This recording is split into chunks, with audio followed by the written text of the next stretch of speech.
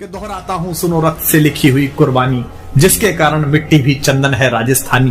रावल रत्न सिंह को छल से कैद किया खिलजी ने, कालजयी मित्रों से मिलकर दगा किया खिलजी ने। खिलजी का चित्तौड़ दुर्ग में एक संदेशा आया, जिसको सुनकर शक्त शौर्य पर फिर अंधियारा छाया।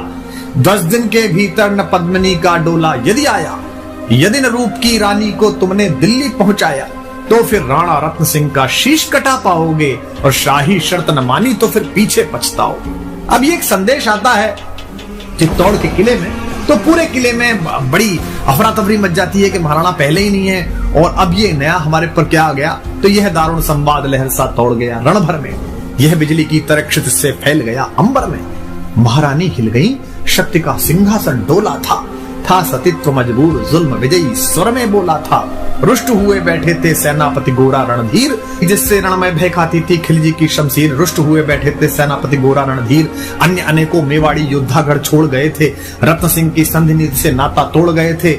पर रानी ने प्रथम वीर गोरा को खोज निकाला, वन वन भटक रहा था मन में तिरस्कार की ज्वाला। यह लोक श्रुति है कि महारानी स्वयं घोड़े पर सवार होकर अपनी अंगरक्षिकाओं को लेकर, कोई विश्वस्त साथियों को लेकर जंगल जंगल गई, और एक जगह पर उन्हें एक पेड़ के नीचे सेनापति गोरा तलवार लिए मिल गए। तो वहां उनसे उन्होंने बात की। पर रानी ने प्रथम वीर गोरा को खोज निकाला, वन वन भटक रहा था मन में तिरस्कार की ज्वाला। गोरा से पद्मिनी ने खिलजी का पैगाम सुनाया, गोरा को पद्मिनी ने खिलजी का पैगाम सुनाया, मगर वीरता का मानित ज्वार नहीं मिट पाया।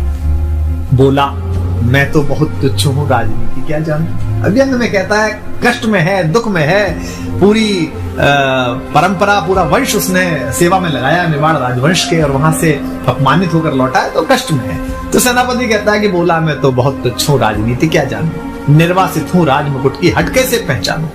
बोली पद्मिनी समय नहीं है वीर क्रोध करने का, अगर धरा की आन मिट गई घाव नहीं भरने का। दिल्ली गई पद्मिनी तो फिर पीछे पछताओगे, जीते जी रजपूती कुल को दाग लगा जाओगे।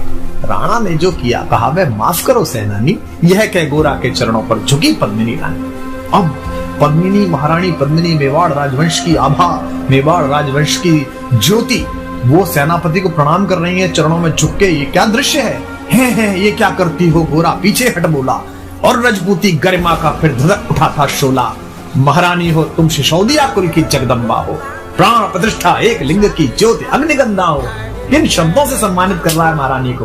वो उस समय कैसी स्थिति रही होगी महारानी की कि पति कैद में है, जहां जंगल में हूं, लेकिन वो उनको बता रहा है कि आप कौन हो। महारानी हो तुम सिसोदिया कुल की जगदम्बा हो, प्राण प्रतिष्ठा एक लिंग की ज्योति अग्निगंधा। गोरा के कंधे पर दुर्जय शीश रहेगा, महाकाल से भी राणा का मस्तक नहीं कटेगा। तुम निश्चिंत रहो महलों में देखो समर भवानी, और खिलजी देखेगा केसरिया तलवारों का पानी। खिलजी देखेगा केसरिया तलवारों का पानी। राणा के सकुशल आने तक गोरा नहीं मरेगा, एक पहर तक सिर कटने पर भी धड़ युद्ध करेगा। एक लिंग की शपथ, महाराणा वापस आएंगे, महाप्रलय के घोर प्रबंधन भी न रोक पाएंगे। शब्द शब्द मेवाड़ी सेनापति का था तूफानी, और शंकर के डमरू में जैसे जागी वीर भवानी, जिसके कारण मिट्टी भी चंदन है राजस्थानी। दोहराता हूँ सुनो रक्त से लिखी हुई कुर्बानी। गोरा का आदेश हुआ, सज गए 700 डोले, और बांकुरे बादल से गोरा सेनापति बोले खबर भेज दो, खिलजी पर पद्मिनी स्वयं आती है, अन्य 700 सखियां भी वो संग लिए आती है। स्वयं पद्मिनी ने बादल का कुमकुम तिलक किया था, दिल पर पत्थर रखकर भीगी आंखों से विदा किया था। एक युवा तेजस्वी योद्धा और मातृवत मां पद्मिनी ने जब उसे विदा किया होगा, दृश्य देखिए। और 700 सैनिक जो यम से भी भिड़ सकते थे, हर सैनिक सेनापति था, लाखों से लड़ सकते थे, एक एक कर बैठ गए। सज गई डोलियां पल में, मर मिटने की होड़ लग गई मेवाड़ी दल में, मर मिटने की होड़ लग गई थी मेवाड़ी दल में।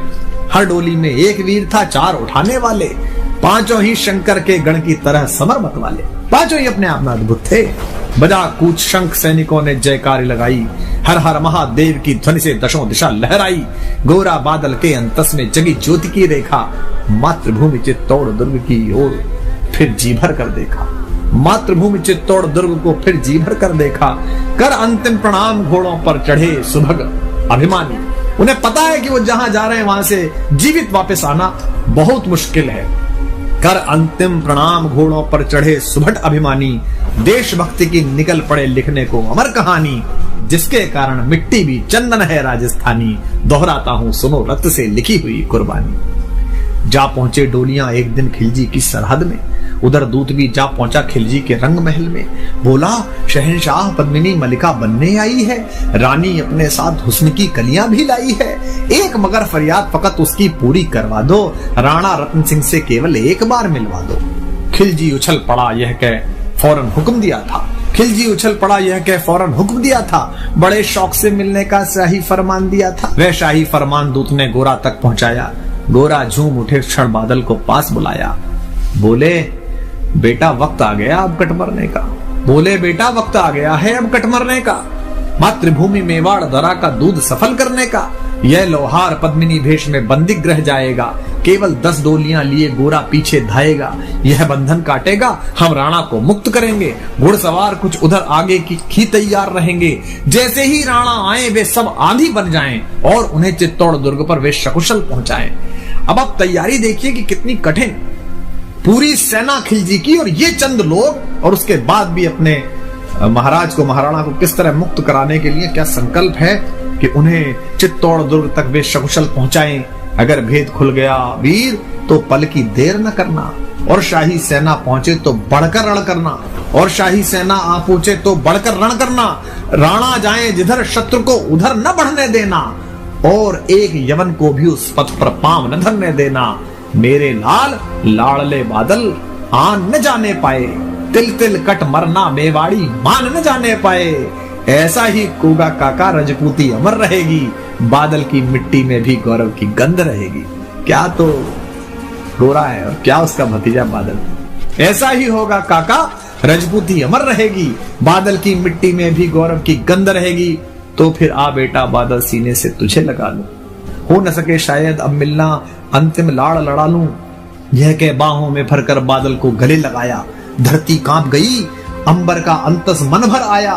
सावधान कह पुनः बढ़े पथ पर गोरा सेनानी, ऐसा ना हो जाए कमजोर हो जाए, इसने कहा सावधान कह पुनः बढ़े पथ पर गोरा सेनानी। पहुंच लिया झट से मुड़कर बूढ़ी आंखों का पानी, पहुंच लिया झट से मुड़कर बूढ़ी आंखों का पानी, जिसके कारण मिट्टी भी चंदन है राजस्थानी। दोहराता हूं सुनो रक्त से लिखी हुई कुर्बानी।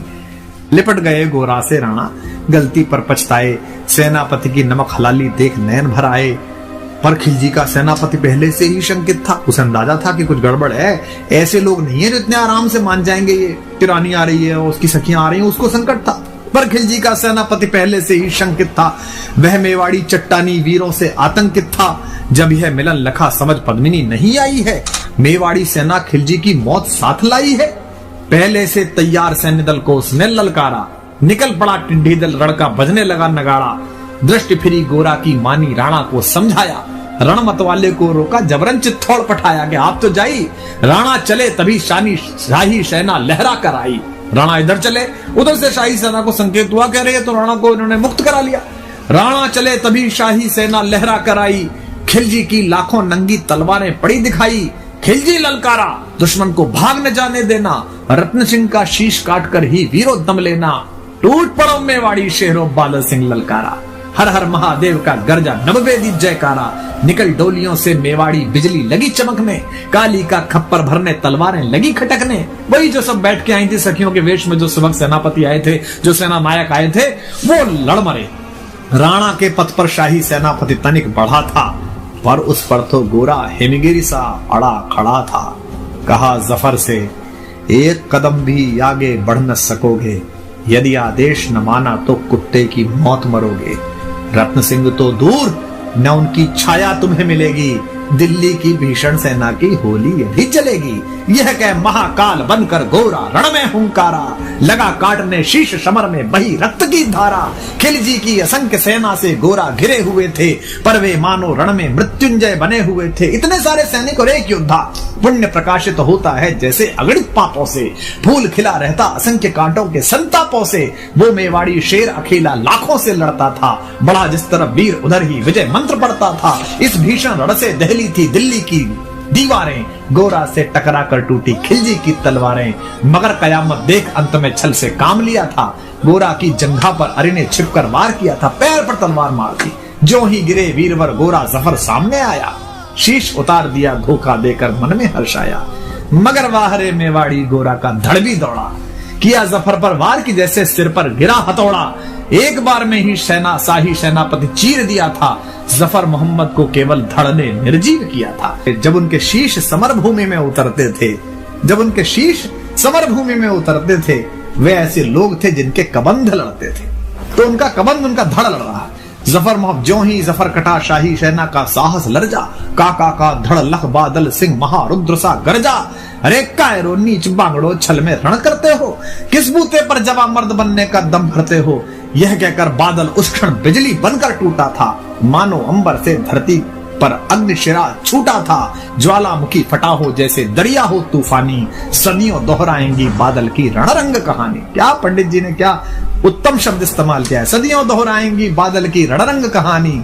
अरिका भाला लगा पेट में आते निकल पड़ी थी, जख्मी बादल पर लाखों तलवारें खिंची खड़ी थी। कसकर बांध लिया हाथों को केसरिया पगड़ी से, पेट फट गया और पगड़ी उतारी और इस पर बांधे। रंचक डिगा न वह प्रलयंकर सम्मुख मृत्यु खड़ी से। अब बादल तूफान बन गया, शक्ति बनी फौलादी, मानो खप्पर लेकर मैं रण में लड़ती हो आजादी। उधर वीरवर गोरा का धड़ अरिदल काट रहा था, और इधर बादल लाशों से भूतल पाट रहा था। आगे पीछे दाएं बाएं जमकर लड़ी लड़ाई, उस क्षण समर भूमि में लाखों बादल पड़े दिखाई। मगर हुआ परिणाम अंत में वही कि जो होना था, उनको तो कण कण अरियों के शोणित में धोना था। मेवाड़ी सीमा में राणा सकुशल पहुंच गए थे, गोरा बादल तिल तिल कट कर रण में खेत रहे थे। एक एक कर मिटे सभी मेवाड़ी वीर सिपाही, रत्न सिंह पर लेकिन रंचक आंच न आने पाई। गोरा बादल के शव पर भारत माता रोई थी। क्या युद्ध है। गोरा बादल के शव पर भारत माता रोई थी, उसने अपनी दो ज्वलंत प्यारी मणियां खोई थी। धन्य धरा मेवाड़, धन्य गोरा बादल अभिमानी, जिनके बल से रहा पद्मिनी का सतत्व अभिमानी।